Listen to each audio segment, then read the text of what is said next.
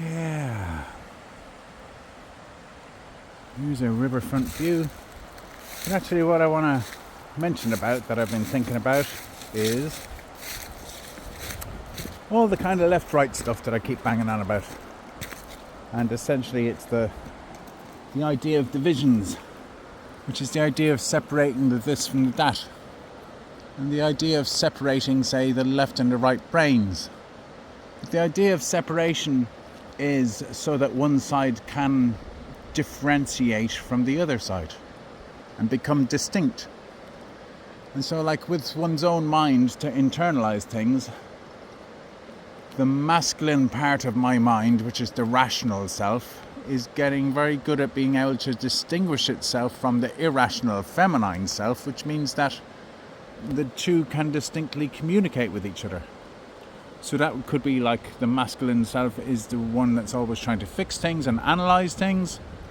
And so that's like thoughts trying to analyze feelings in order to fix the feelings. And there's obviously nonsense in that. To try and always be up and happy and positive is anti-down and anti-negative. Do you get me? So to have a flow of communication going on is very different to just being separated and not communicating. And so the extremes that are going on these days, where the extremes of either side are not actually communicating with each other, is because of the past hatred and the misunderstanding and the stuck stuff. Yeah. So that's all the past.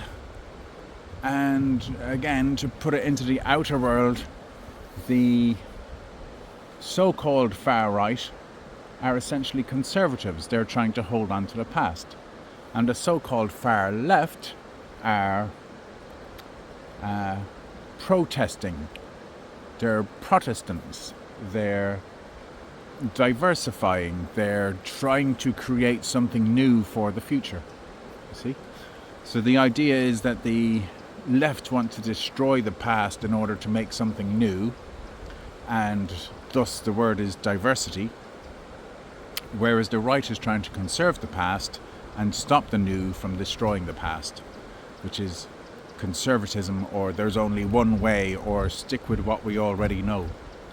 So the conservatives have a fear of the unknown, which is a fear of the future, and the progressives want to diversify. They have a fear of the past. Do you get me? So that's why these two fearful extremes are fighting against each other, not communicating with each other, because they are essentially each other's shadows and they're not seeing themselves as the whole. Then the idea of the New Earth stuff, and the idea of channeling information, and the similarities between that and the large language models, funny enough. So a concept is that it's not until you got 8 million processors in a data center factory, all connected up together with zero latency pretty much, and a power supply. It's not until that point of having that much processing power that the computers were able to break the language code in order to have a ChatGTP-like ability to understand languages and understand all languages and be able to mimic language, thus that they can sound almost like humans talking to us, when really it's a machine talking to us. It's a mathematical set of equations processing and transforming the question into an answer from the body of all knowledge that it's had so far. Whether that knowledge is right or wrong, or what we call truth, is an interesting thing.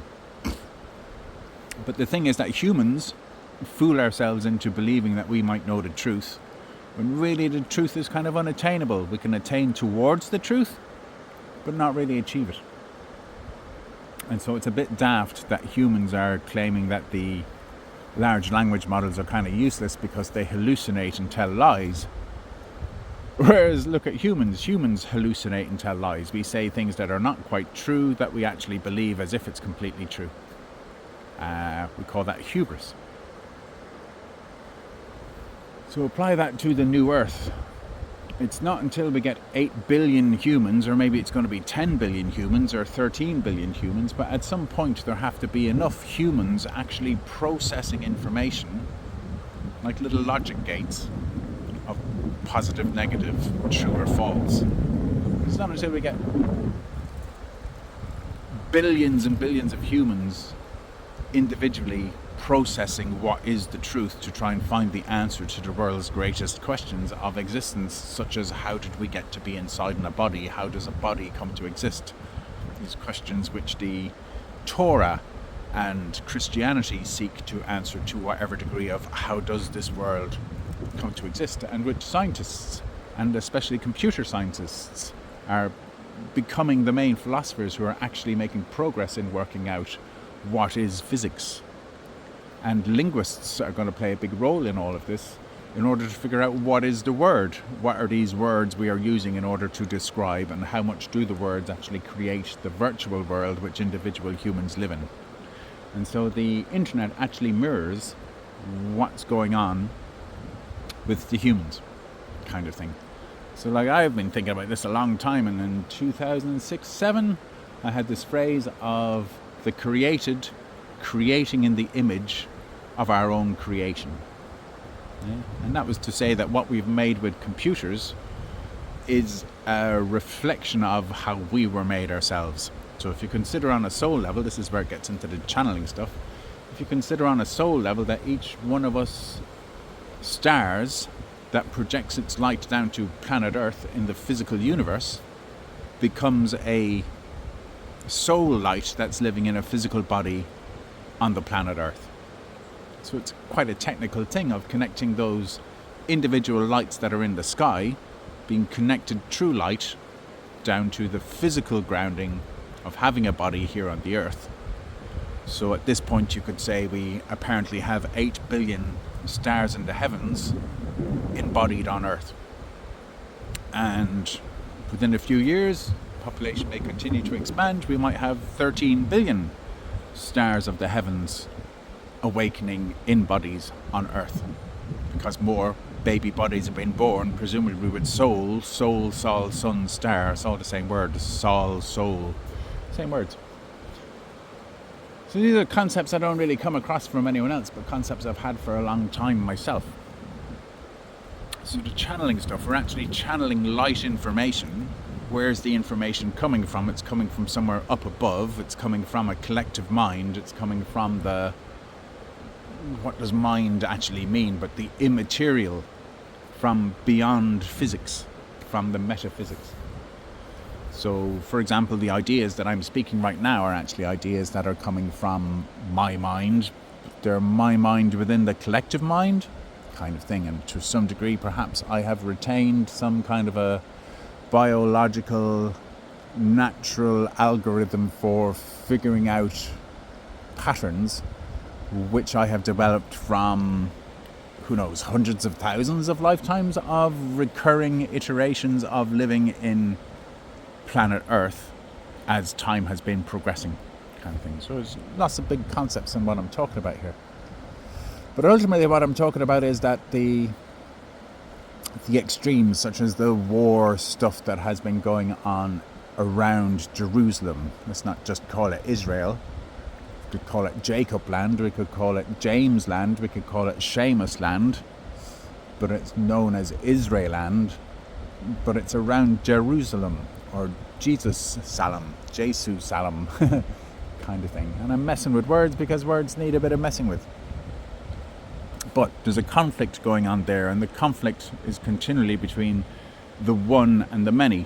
And so in that case, you would see the monotheism as the one, and the many tribes that haven't united as the one, representing the Muslims, because apparently they've got lots of different faiths and they've got lots of different versions, they've got lots of different countries, kind of thing.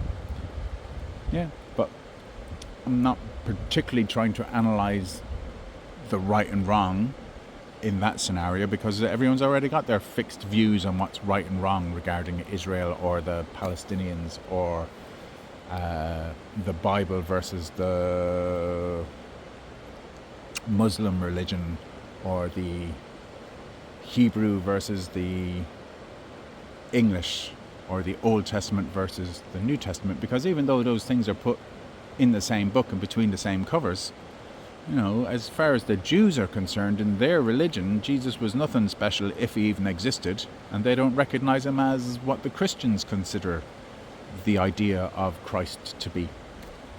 And where I'm at mainly in all of this is why its large language models are interestingly important, is that there's no way of ever proving that a guy called Jesus actually existed. And certainly there was no guy called Jesus, because that's a translation into different languages from what may have been the various names in the Hebrew language. It's like saying a guy called Seamus was walking around, but it gets translated into James, or a guy called Jacob was wandering around and it gets translated into James. So to call the guy Jesus would be a misnomer anyway.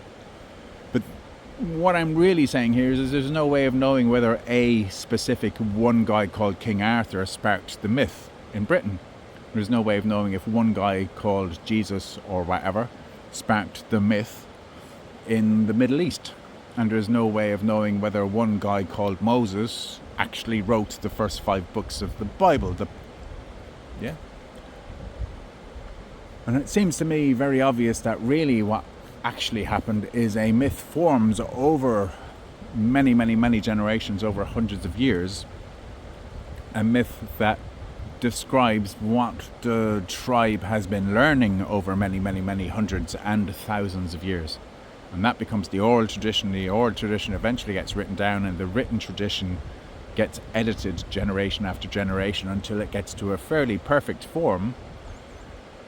And then enough copies and versions of that have been written down that the scholars get together and go, okay, we got to decide on one version of this, and that becomes the fixed version. Or in Christianity, that becomes the 4 Gospels kind of thing. Even though there were other versions of Gospels, according to James, according to Judas, according to Mary, according to whoever. But the interesting thing is that there is no gospel according to Jesus. There's no guy who actually said, here, look, here's my philosophy. This is what I'm trying to teach. There's other people with relatively conflicting views saying relatively different versions of history of what this guy was apparently trying to say.